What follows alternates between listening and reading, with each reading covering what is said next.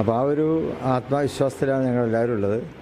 ഇതിപ്പോൾ ഏതെങ്കിലും ഒരു ഏജൻസിയാണ് പറഞ്ഞിരുന്നതെങ്കിൽ നമ്മളിപ്പോൾ അങ്ങനെ വിശ്വസിക്കേണ്ടിയിരുന്നില്ല. പക്ഷേ ഒരു 8-9ഓളം ഏജൻസികൾ ഒരേ രീതിയിൽ തന്നെയാണ് ഇപ്പോൾ എക്സിറ്റ് പോൾ റിപ്പോർട്ട് ചെയ്തിട്ടുള്ളത്. അപ്പോൾ അതിൽ സത്യം ഉണ്ടാവും എന്ന് തന്നെയാണ് ഞങ്ങളൊക്കെ പ്രതീക്ഷിക്കുന്നത്. പിന്നെ കഴിഞ്ഞ കുറേ കാലമായിട്ട് കഴിഞ്ഞ ലോക്സഭാ തെരഞ്ഞെടുപ്പിൻ്റെ ആ ഫലം തന്നെ കേരളത്തിൽ ഒരു ഭരണവിരുദ്ധ വികാരം അന്ന് മുതലേ തന്നെ ഉണ്ട്. അതുപോലെ ത്രിതല പഞ്ചായത്ത് തിരഞ്ഞെടുപ്പിലും അത് വ്യക്തമായി. അപ്പോൾ അതിൻ്റെ എല്ലാം ഒരു ഫൈനൽ എന്നുള്ള നിലക്ക് ഇപ്പോൾ നിയമസഭാ തെരഞ്ഞെടുപ്പിലും ആളുകൾ അങ്ങനെ തന്നെയാണ് വിധി എഴുതിയിട്ടുള്ളത് എന്ന് ഞങ്ങൾ മനസ്സിലാക്കുന്നു. വലിയ സന്തോഷമുണ്ട്. ലീഗിൻ്റെ ശക്തിയുണ്ടായി മലപ്പുറത്തടക്കം ഒരു ക്ലീൻ സ്വീപ്പ് വരെ പ്രവചിക്കപ്പെടുന്നുണ്ട്. അങ്ങനെയും പറഞ്ഞ് കേൾക്കുന്നുണ്ട്. അത് ഞങ്ങൾ പ്രതീക്ഷിക്കുന്നതുമാണ്. മലപ്പുറത്ത് 16 സീറ്റിലും UDF തന്നെ ജയിക്കും എന്നുള്ളത് ഞങ്ങൾ ജില്ലാ മുസ്ലിം ലീഗ് കമ്മിറ്റിയും അതുപോലെ തന്നെ ഞങ്ങളുടെ ചില ഏജൻസികളൊക്കെ ഞങ്ങൾക്ക് ആ രീതിയിലുള്ള റിപ്പോർട്ടൊക്കെ തന്നിട്ടുണ്ട്. ഇപ്പോൾ ഒരു ആകത്തുക പരിശോധിക്കുമ്പോൾ ഒരു 75 അല്ലെങ്കിൽ ഒരു 70 മുതൽ 75 ഇടയിലാണ് പറയപ്പെടുന്നത്. മാക്സിമം 80 വരെയാണ്. അതിലും മികച്ചൊരു വിജയം ഉണ്ടാകും എന്നുള്ളതാണോ നിങ്ങൾ വിലയിരുത്തുന്നത്, മനസ്സിലാക്കുന്നത് അങ്ങനെയാണോ?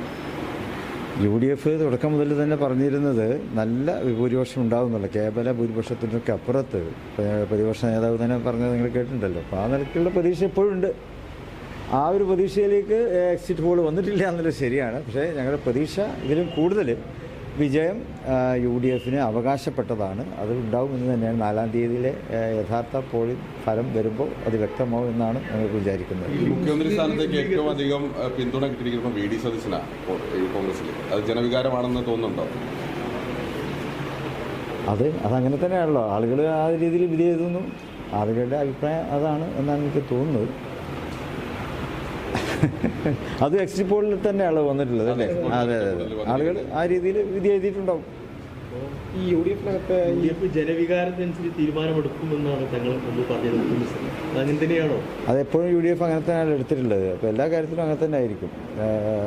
ഭാവിയിൽ പിന്നെ ഭരണകാര്യത്തിൽ അതുപോലെ തന്നെ മന്ത്രിസഭ ഉണ്ടാക്കുന്ന കാര്യത്തിലൊക്കെ തന്നെ ജനവികാരത്തിന് അനുകൂലമായിട്ട് തന്നെ ആയിരിക്കും UDFൽ നിന്നൊക്കെ തീരുമാനങ്ങൾ ഉണ്ടാവുക. മുഖ്യമന്ത്രി സ്ഥാനത്തേക്ക് അടക്കം തീർച്ചയായിട്ടും.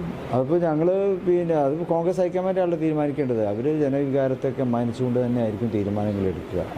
അവരും കാര്യങ്ങൾ മനസ്സിലാക്കുന്നവരാണല്ലോ. എക്സിറ്റ് പോൾ വന്നതിന് ശേഷം മുഖ്യമന്ത്രി തല ചർച്ചകൾ ഇങ്ങനെ സജീവമാകുന്നത് പ്രവർത്തകർക്കിടയിൽ വലിയ അതൃപ്തി ഉണ്ടാക്കുന്നതാണ്. അല്ല, ഇതിപ്പോൾ കുറേ നേരത്തെ തുടങ്ങിയതല്ലേ? എക്സിറ്റ് പോൾ വരുന്നതിന് മുമ്പ് തന്നെ തുടങ്ങിയതാണല്ലോ. ഏതായാലും അന്തിമ ഫലം 4-ാം തീയതി വരും. അതിൻ്റെ ശേഷം അതിൽ കൂടുതൽ ഗൗരവതരമായിട്ടുള്ള ചർച്ചകളൊക്കെ ഉണ്ടാകും. മുസ്ലിം ലീഗിന് വലിയ സീറ്റുകൾ വലിയ വർധനയുണ്ടാകുന്ന പ്രതീക്ഷിക്കുന്നത് എക്സിറ്റ് പോളൊക്കെ വരുമ്പോൾ. അതെ, ഇത്തവണ ഞങ്ങളൊരു 27 സീറ്റ് മത്സരിച്ചിട്ടുണ്ട്. അതിലൊരു 10-20 സീറ്റ് ഞങ്ങൾക്ക് കിട്ടും. 20-22 സീറ്റ് കിട്ടുമെന്ന് തന്നെയാണ് ഞങ്ങൾക്ക് വിചാരിക്കുന്നത്. മന്ത്രിസ്ഥാനത്തേക്ക് അടക്കം കൂടുതൽ കിട്ടാനുള്ള അർഹതയില്ല ഇത്രയും സീറ്റ് കിട്ടുകയാണെങ്കിൽ. കഴിഞ്ഞ തവണയൊക്കെ ഞങ്ങൾക്ക് കിട്ടിയിട്ടുണ്ടല്ലോ. ആ നിലക്ക് തന്നെ UDF ചർച്ച ചെയ്തിട്ട് നല്ലൊരു തീരുമാനത്തിലെത്തും. മന്ത്രിമാരുടെ എണ്ണൊന്നും ഞാൻ പറയുന്നില്ല. മുസ്ലിം ലീഗിന് അവകാശപ്പെട്ടത് അത് UDF എപ്പോഴും അനുവദിച്ച് തന്നിട്ടുണ്ട്. തവണയും അങ്ങനെ തന്നെ ഉണ്ടാവും. ഡിമാൻഡ് ചെയ്യേണ്ട കോൺഗ്രസ് തീർച്ചയായിട്ടും കോൺഗ്രസ് കാര്യങ്ങളൊക്കെ വിലയിരുത്തുന്ന പാർട്ടിയാണ്. കോൺഗ്രസ് ആണല്ലോ UDFനെ നിലനിർത്തുന്നതിൽ ഇപ്പോൾ മുൻപന്തിയിൽ നിൽക്കേണ്ടത്. ഇപ്പോൾ UDFനെ നിലനിർത്തുന്ന കാര്യത്തിലും ഭരണം മെച്ചപ്പെടുന്ന കാര്യത്തിലൊക്കെ കോൺഗ്രസിന് നല്ല തീരുമാനങ്ങൾ എടുക്കാൻ പറ്റും. മുസ്ലിം ലീഗ് അതിനോടൊപ്പം ഉണ്ടാവും എപ്പോഴും. ഇപ്പോൾ ലീഗിൻ്റെ പ്രവർത്തകർ ഇപ്പോൾ കാലങ്ങളായി പറയുന്നതാണ് കുഞ്ഞാലിക്കുട്ടിയെ പോലൊരു നേതാവ്. കാരണം മുമ്പ് ലീഗ് ഉപമുഖ്യമന്ത്രി സ്ഥാനം അടക്കം വഹിച്ചിട്ടുള്ളതാണ്.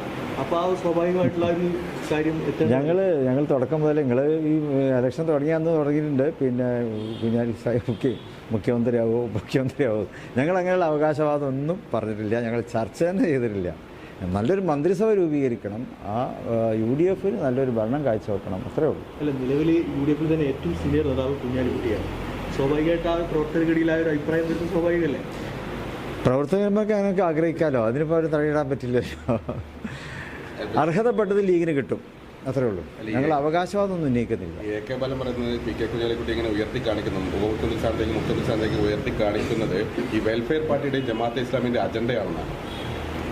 ഞങ്ങൾ വേറെ ആരുടെയെങ്കിലും അജണ്ട അനുസരിച്ചല്ല പ്രവർത്തിക്കുന്നത്. മുസ്ലിം ലീഗിൻ്റേതായിട്ടുള്ളൊരു അജണ്ട ഉണ്ട്. കഴിഞ്ഞ 7.5 പതിറ്റാണ്ട് കാലമായി ആ അജണ്ടയാണ് മതേതരത്വത്തിൻ്റെ, ജനാധിപത്യത്തിൻ്റെ, സാമുദായിക സൗഹാർദ്ദത്തിൻ്റെ അജണ്ടകളാണ് മുസ്ലിം ലീഗിനുള്ളത്. അതനുസരിച്ചാണ് മുസ്ലിം ലീഗ് മുന്നോട്ട് പോകുന്നത്. പരിക്കുകളെ ഇനി പേടിക്കേണ്ട.